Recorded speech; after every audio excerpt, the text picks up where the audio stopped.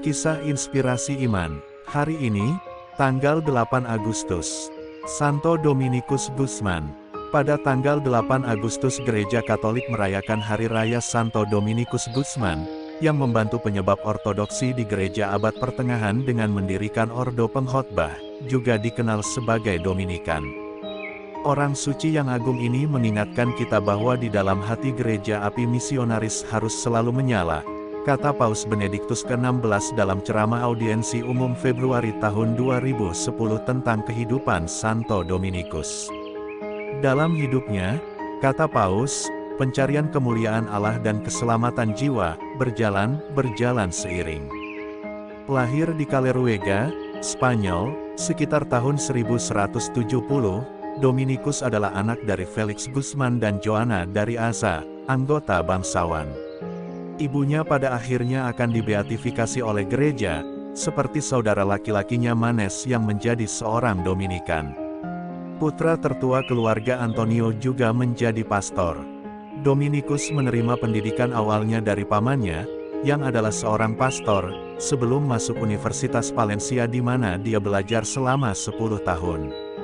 Dalam satu insiden penting dari periode ini, dia menjual seluruh koleksi buku langka miliknya untuk membantu orang miskin di kota. Setelah ditahbiskan menjadi imam, Dominikus diminta oleh Uskup Diego dari Osma untuk berpartisipasi dalam reformasi gereja lokal. Dia menghabiskan 9 tahun di Osma, mengejar kehidupan doa yang intens, sebelum dipanggil untuk menemani uskup dalam suatu urusan untuk Raja Alfonso ke-9 dari Kastilia pada tahun 1203. Saat melakukan perjalanan di Prancis bersama uskup, Dominikus mengamati efek buruk dari ajaran sesat Albigensia, yang telah terjadi di Prancis Selatan selama abad sebelumnya.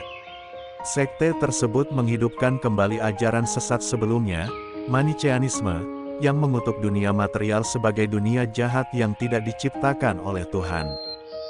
Khawatir akan penyebaran ajaran sesat, Dominikus mulai berpikir untuk mendirikan sebuah ordo religius untuk menyebarkan kebenaran.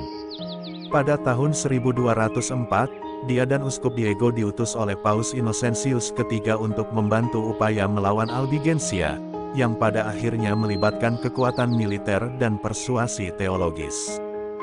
Di Prancis, Dominikus terlibat dalam perdebatan doktrinal dan mendirikan sebuah biara yang pemerintahannya pada akhirnya akan menjadi pola kehidupan para Dominikan wanita. Dia melanjutkan misi dakwahnya dari tahun 1208 hingga 1215, selama intensifikasi upaya militer melawan Albigensia. Pada tahun 1214, pertapaan fisik Dominikus yang ekstrim menyebabkan dia mengalami koma, di mana perawan Maria dikatakan telah menampakkan diri kepadanya dan menginstruksikan dia untuk mempromosikan doa Rosario.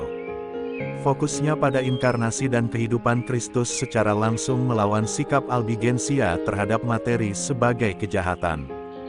Pada tahun yang sama, Dominikus kembali ke Tolos dan memperoleh persetujuan uskup atas rencananya untuk sebuah ordo yang didedikasikan untuk pengabaran.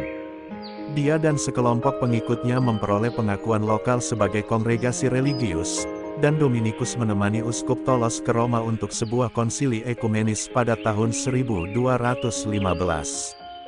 Konsili tersebut menekankan kebutuhan gereja akan pewartaan yang lebih baik, tetapi juga menjadi penghalang bagi institusi keagamaan baru, pesanan. Dominikus, bagaimanapun, memperoleh persetujuan kepausan untuk rencananya pada tahun 1216, dan diangkat sebagai kepala teolog paus. Ordo Pengkhotbah berkembang di Eropa dengan bantuan kepausan pada tahun 1218. Pendiri menghabiskan beberapa tahun terakhir hidupnya membangun ordo dan melanjutkan misi khotbahnya, di mana dia dikatakan telah mempertobatkan sekitar 100.000 orang. Setelah beberapa minggu sakit, Santo Dominikus meninggal di Italia pada tanggal 6 Agustus tahun 1221. Ia dikanonisasi pada tahun 1234 oleh Paus Gregorius ke-9. Santo Dominikus Guzman, doakanlah kami. MAP TV Channel.